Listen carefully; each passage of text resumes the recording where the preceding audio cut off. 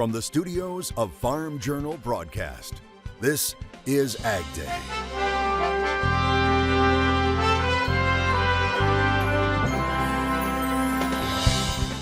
You could call him a giant in agriculture. We'll travel to a popular stop on the map that's larger than life. The president travels to rural America, announcing billions in aid. It's about restoring pride to rural communities that have been left behind for far too long. And there's finally some good news to report about a key U.S. waterway. A lot of green dots there that used to be brown. What that means for fertilizer shipments right now on AgDay. AgDay, presented by Pioneer. What's next happens when the name on the cap matches the power of one's purpose. Pioneer, what's next happens here. Good morning, I'm Clinton Griffiths. For a second year in a row, the Mississippi River is sitting at historic lows. But there is some good news to report as water levels appear to be on the rise yet again, thanks to some recent rains. AgDay's Michelle Rook is continuing to monitor things. And Michelle, a lot of precipitation is needed though. That's right, but at least for now, the Mississippi River has gotten a much needed drink of water from the recent Midwestern rains. That's helping exports to move down the river and inputs like fertilizer to move back up the river. So when you look at the fertilizer supply situation, it's more favorable than a year ago. Farmers generally apply anhydrous and potash in the fall, which are moved by rail and truck, but they also apply phosphate, which is moved by barge. So it's the most at risk when the river is low. But fertilizer market experts tell me with rain in October, the river levels have improved, and so fertilizer supplies should be in good shape for fall. We've seen water levels up and down the lower Mississippi River rise. And in fact, when we look at the NOAA river level map, a lot of green dots there that used to be brown. So it's absolutely improved. And that's very fortunate. That's very good for the fertilizer market because obviously it's November. We've got a lot of product that's trying to move upriver to replace what's getting going to the field. And we've just barely started the fertilizer season. So this is a big win for us. He warns this is just a short-term fix and longer-term more rain will be needed in the Mississippi as well as good snowpack in the north. However, retailers were more proactive this year, anticipating low water levels, and many have more product in place for fall application. That's according to chemical intelligence from ICIS. There was also a big refill effort earlier this year, and that put a lot of product into position already. So we're in what is typically a lull time in the market. So the river issue has not become as great as it would be, say, if we were at the beginning of spring when a lot of product needs to be moved. So along with low water levels, we're also seeing low levels of engagement. Fertilizer prices have been stable but are still elevated historically and may climb with more demand for volumes in November. As far as spring, there's also more product in place in anticipation of the winter river closures, which will be helpful ahead of planting. I'm Michelle Rook reporting for AgDay. All right, thanks, Michelle. And another major shipping waterway is continuing to deal with low water levels. The Panama Canal now cutting its daily ship transits by half this winter due to severe drought. The Wall Street Journal reporting on this, saying the decision follows the driest October on record for the canal amid ongoing elevated temperatures and limited rainfall. Daily reservation slots will be cut to 25 this month and 22 next month. Now, on a normal day, it can handle an average of 40 transits. And it looks like after battling snow and cold, farmers could be in for a break over the next few days to finish harvesting. Meteorologist Matt Engelbrecht has a look ahead. Yeah, in fact, the latest outlook puts us back into the warmer than average category for a good portion of the United States. So between November 7th and before we get into the middle of November, look at where the bright red, deep red is located over along the Gulf Coast states and all the way back up here into the Dakotas, where we could start to finish out some of the harvesting. What you don't see on this map is back to the west. Typically, when we're tracking ridges and troughs, and we start to see the cool air pocket back out here on the west coast, which would eventually spread in across the United States. But the system as a whole, the jet stream as a whole, has gone pretty zonal, and that should keep this pattern around with almost quiet weather in and across the United States. And Doug was busy last week bringing in the crop before the snow hit. He farms in North Dakota where several inches of snow fell recently. Hopefully, he managed to get a lot of that corn harvested in time. I'll have more on your forecast coming up. President Biden traveling to a farm in Minnesota this week to tout billions of dollars in investments for rural communities. Now, the president was joined by Ag Secretary Tom Vilsack in Northfield, Minnesota, where they visited Dutch Creek Farms. The event kicked off what the White House calls a 2-week Investing in Rural America event series. In all, the president touting over $5 billion in rural investments. That includes $1.7 billion to go toward climate-smart agriculture practices, more than $1 billion for rural infrastructure, $2 billion to create jobs, $274 million to expand rural high-speed internet, and $145 million to increase access to renewable energy. Over the past 4 decades, we lost over 400,000 farms in America. 400,000. Over 141 million acres of farmland. My plan is about investing in rural America.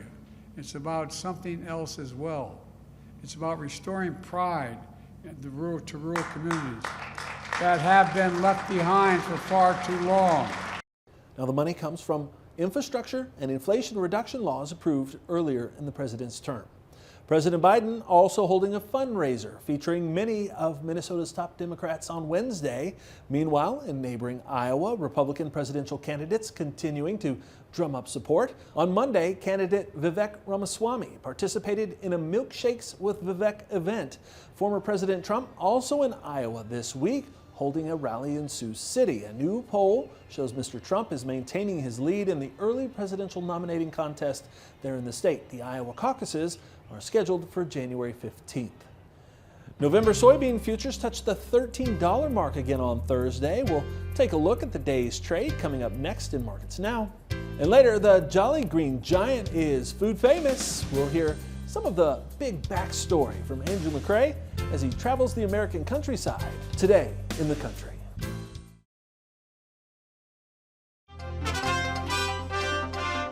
Bayer has lost its 3rd consecutive trial over Roundup. A California jury earlier this week finding Bayer liable for a case brought by a man who claimed his cancer was caused due to exposure from Roundup. The jury ordering Bayer to pay $332 million in damage. Now, Reuters reports it follows 2 other defeats for the company where it was ordered to pay $175 million and $1.25 million in 2 other cases involving Roundup. Now, Bayer has said it would appeal all 3 verdicts.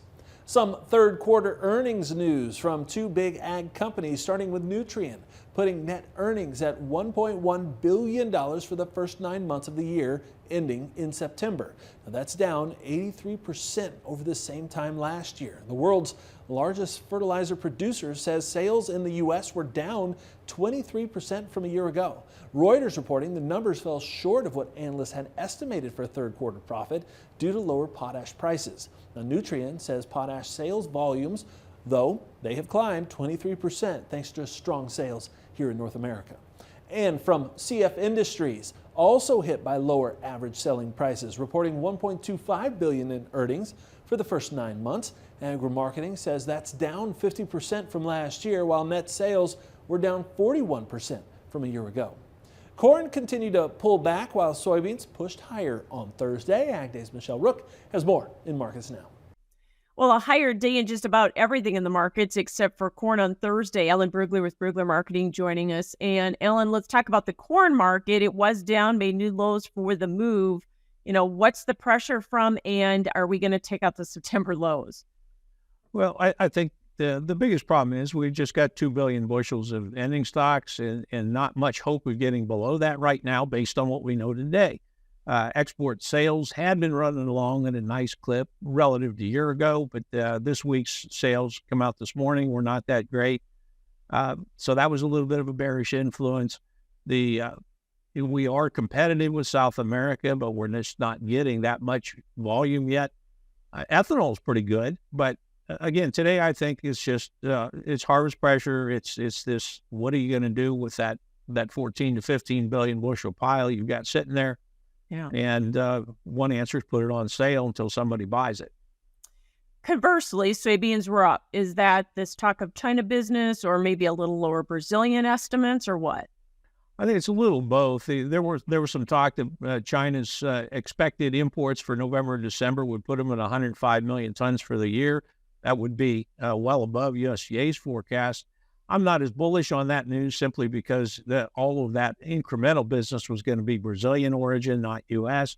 But, to the degree that China takes more beans, it does dry up the world supply a little bit. So I guess you can argue it from that standpoint. November beans and January beans did hold nicely. January held the $13 mark and has bounced off of that technically. The Brazilian weather, Argentine weather, it's really early, and USDA is going to be very cautious about making any changes there. But we do know that it's been on the dry side, and that could impact their final acreage a little bit. Cattle had an impressive day on Thursday. Phil, the chart gap area closed above it. Can we keep going? Well, I think so. The gaps are meant to be filled, and we broke in $6 after the cattle and feed report. And now we've taken that all back. We're still down quite a bit from the all-time highs that we set back in September, but it looks to me like the cattle cycle's intact. One thing that was kind of overlooked in the cattle and feed report is simply that we were still placing those heifers in the feedlots, which means we're not expanding. So that's still long-term bullish in terms of decreasing calf numbers and eventually steer numbers. Alan Brugler joining us with Markets Now. We'll have more Ag Day coming up. To talk to Alan about his ag market professional services, call Brugler Marketing and Management at 402-697-3623 or visit his website, www.bruglermarketing.com.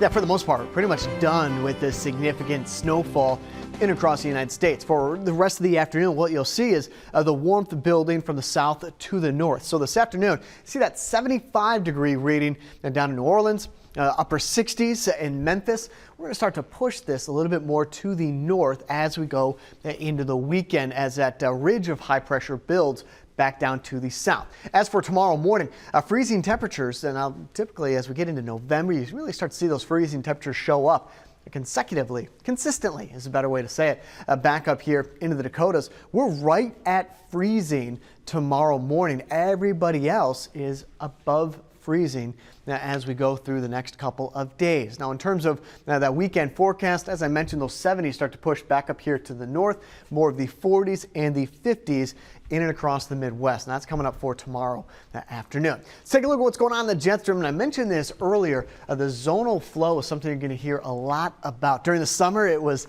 the ridge of high pressure that created the extreme heat. Well, the zonal flow is going to keep things moving from west to east without a lot of storm systems.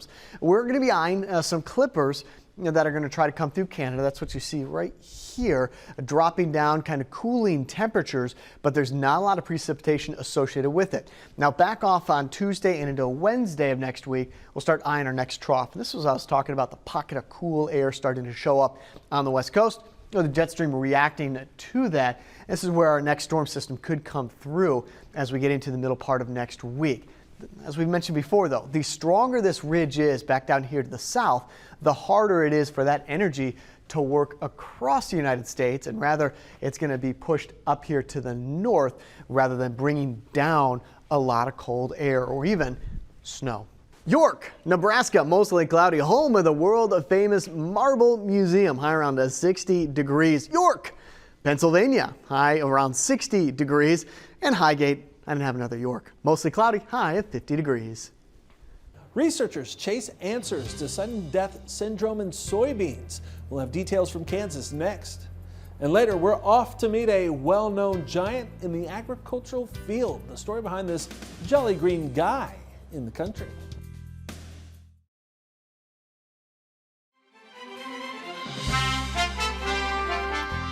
What causes sudden death syndrome in soybeans? Important research is going on right now in Kansas State to try and answer that question. Here's an update on what they're finding and what farmers can do to try to stop it from happening. Hello everyone, my name is Rodrigo Nofri. I'm the row crop specialist here at K-State Plant Pathology Department. Today we're here to talk about sudden death syndrome on soybeans, SDS as we call it, right? This disease has a major importance across all the soybean regions here in the United States, even in Canada. But in Kansas, what we have seen is that this disease has increased its importance over the past years. We're seeing more disease, we're seeing a wider distribution now, not just in the northeast part of Kansas, but also central and north central as well. So SDS, what is SDS, right? It's caused by a fungi named Fusarium virguliforme that can survive in the soil for many, many years, and infection happens right early in the season. At emergence V1, V2, that's when we're having that infection. And what are the conditions for SDS, right? So the conditions for SDS are cold and wet soils. So what we have seen over the years is we're shifting soybean planting for early planting dates, right? With that in mind now, and if shifting to early planting dates, which will be in that perfect storm, which is cold and wet soils, right? So what are the management approaches that are available for us to mitigate this disease, right? And to answer that question, we start with my master's student, Madison Kessler, funded by the Kansas Soybean Commission and the North Central Soybean Research Program as well. Like Dr. Onofre said, I'm working on my master's project with SDS, and like he mentioned previously, it starts by choosing some correct management strategies.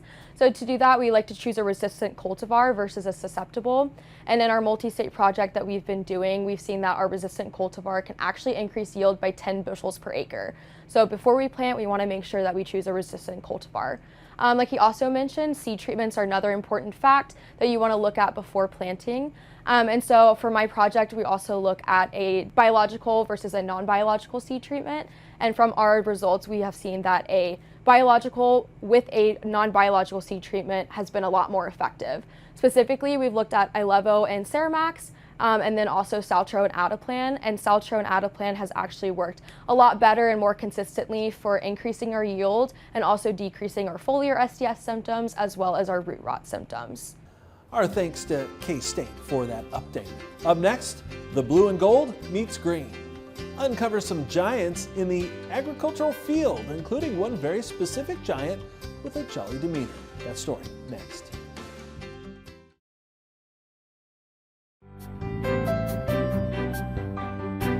The 96th Annual National FFA Convention and Expo is going on right now in Indianapolis, and former national officer and now part of Farm Journal's Andrew McCrae joins us from the FFA Convention in Indy. And Andrew, very few things are quite as iconic as the blue and gold. That's right, Clinton. Good to be back here at the National FFA Convention to show you how old I am now. I have not missed one of these since 1989, but it's great to be back around the iconic blue and gold. I've been on the farm with Harvest this fall, but also traveling for several stories and thinking about things that are iconic. Blue Earth, Minnesota has a very iconic figure. Been around now for 120 years, at least the symbol has. It's the Jolly Green Giant. In the 1970s, completion of Interstate 90 was taking place in southern Minnesota, near the town of Blue Earth. Citizens were looking for something to lure people off the interstate and into town. One of the city fathers had an idea tied to a longtime company here. We'd had the Green Giant Canning Company for many years, so he contacted the president of Green Giant, who approved using the likeness of the giant, but said that we have to come up with all of our own funds. Citizens raised the funds quickly, and soon a company in Wisconsin was busy preparing a giant order. They had to bring him over in 2 loads because his arms are so big, they couldn't fit on the truck with his legs and body. So the giant came here in pieces, was assembled, and then eventually hoisted skyward in 1978 to coincide with the completion of Interstate 90. He is 55 feet tall, so once you get up onto the platform, it's kind of overwhelming how big he is.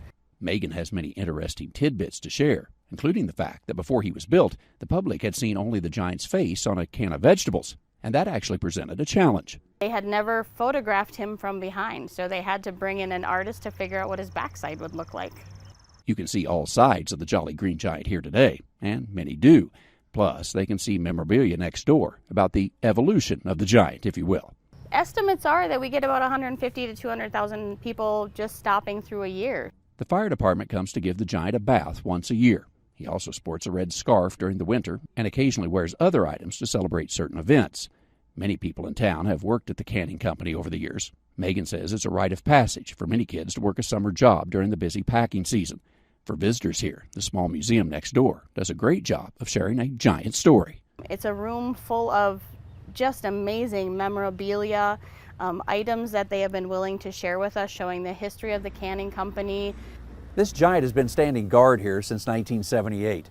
It's something that draws thousands of visitors to the city every year, and also a tribute to the many farmers of the region who grow for the label.